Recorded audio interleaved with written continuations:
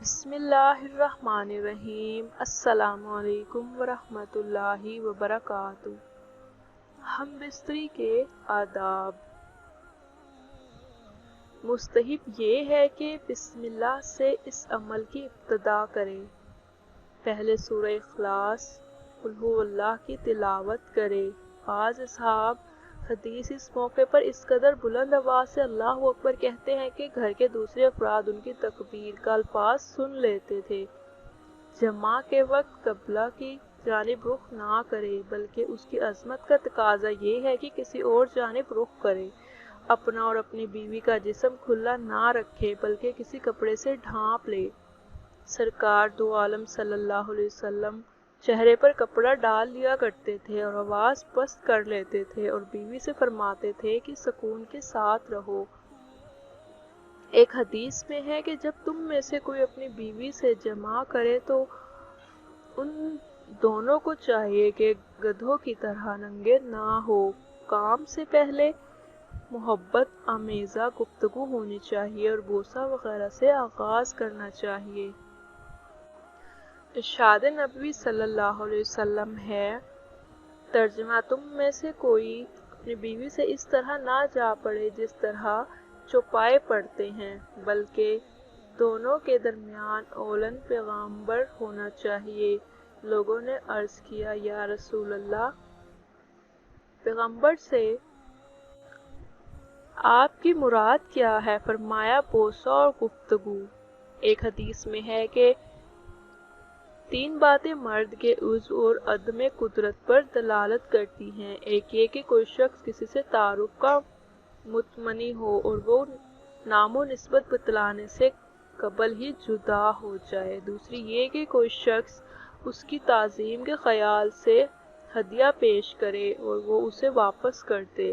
تیسری بات یہ کہ کوئی شخص اپنی بیوی یا باندی کے پاس جائے اور ان سے گفتگو کرنے سے قبل ہی کام میں مشغول ہو جائے، اپنی ضرورت پوری کر لے، اس کی ضرورت پوری نہ کرے۔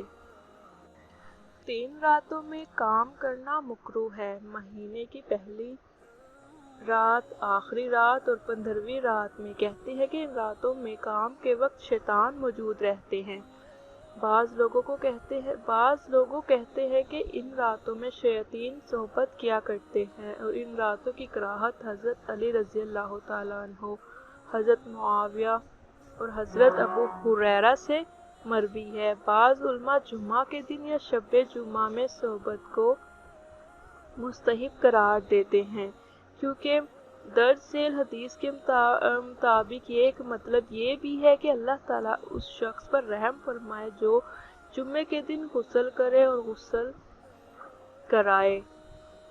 انزال کے بعد مرد کو کچھ دیر اسی حالت میں ٹھہرے رہنا چاہیے، کیونکہ بعض اوقات عورت کو دیر میں انزال ہوتا ہے۔ اب اگر مرد اپنی ضرورت کی تکمیل کے بعد فوری بعد ہٹ جائے اور عورت کو تشنہ رہنے دے تو یہ بات باہمی نفرت کا سبب بن جاتی ہے، اور اس صورت میں جب کہ مرد کو پہلے انزال ہو جائے، انزال کا ایک ساتھ ہونا زیادہ لذت کا باعث ہوتا ہے اور عورت بھی یہی صورت پسند کرتی ہے، کیونکہ اگر مرد پہلے فارغ ہو جائے تو اس کی حیا ضرورت کے اظہار سے مانع رہتی ہے۔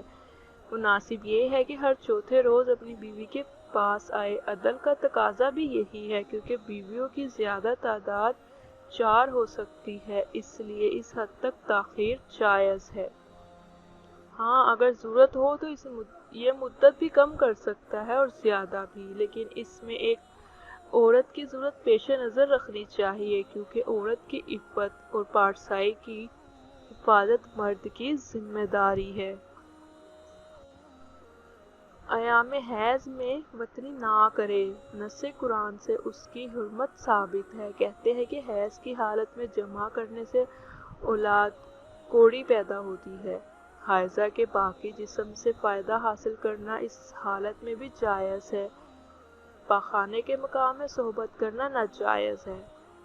حیض کے دنوں میں صحبت کی حرمت گندگی کی وجہ سے حرام ہوئی اور پاخانے کے مقام میں ہر وقت گندگی رہتی ہے، اس لیے اس کی حرکت حالت حیض میں صحبت کرنے کی حرمت سے زیادہ ہے۔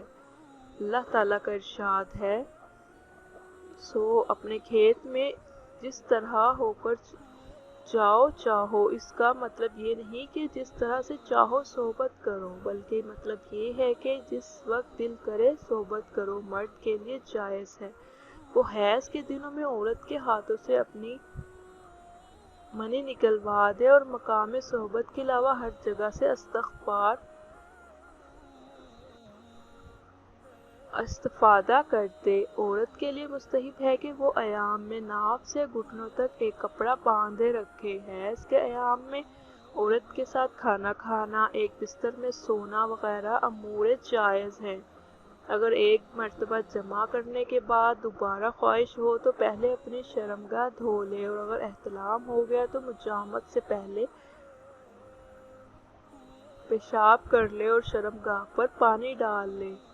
رات کے ابتدائی حصے میں صحبت کرنا اس خیال سے مکروہ قرار دیا گیا ہے کہ ناپاکی کی حالت میں سونا ہوگا۔ اگر جماع کے بعد سونے یا پینے کی ضرورت محسوس ہو تو پہلے نماز کا وضو کر لے، یہ سنت ہے۔ حضرت ابن عمر فرماتے ہیں کہ میں نے سرکار دو عالم صلی اللہ علیہ وسلم کی خدمت میں حاضر ہو کر عرض کیا، یا رسول اللہ، ہم میں سے کوئی شخص جنابت کی حالت میں سو سکتا ہے؟ آپ صلی اللہ علیہ وسلم نے فرمایا، ہاں، اگر وہ شخص وضو کر لے۔ اس سلسلے میں رخصت کی روایات بھی ہیں۔ حضرت عائشہ فرماتی ہیں کہ سرکار دو عالم صلی اللہ علیہ وسلم جنابت کی حالت میں پانی کو ہاتھ لگائے بغیر سو جایا کرتے تھے۔ لیٹنے سے قبل بستر جھٹک لے یا ہاتھ وغیرہ پھیر کر صاف کر لے، اس لیے کہ اسے کیا پتہ کہ اس کی عدم موجودگی میں بستر پر کیا چیز گر گئی۔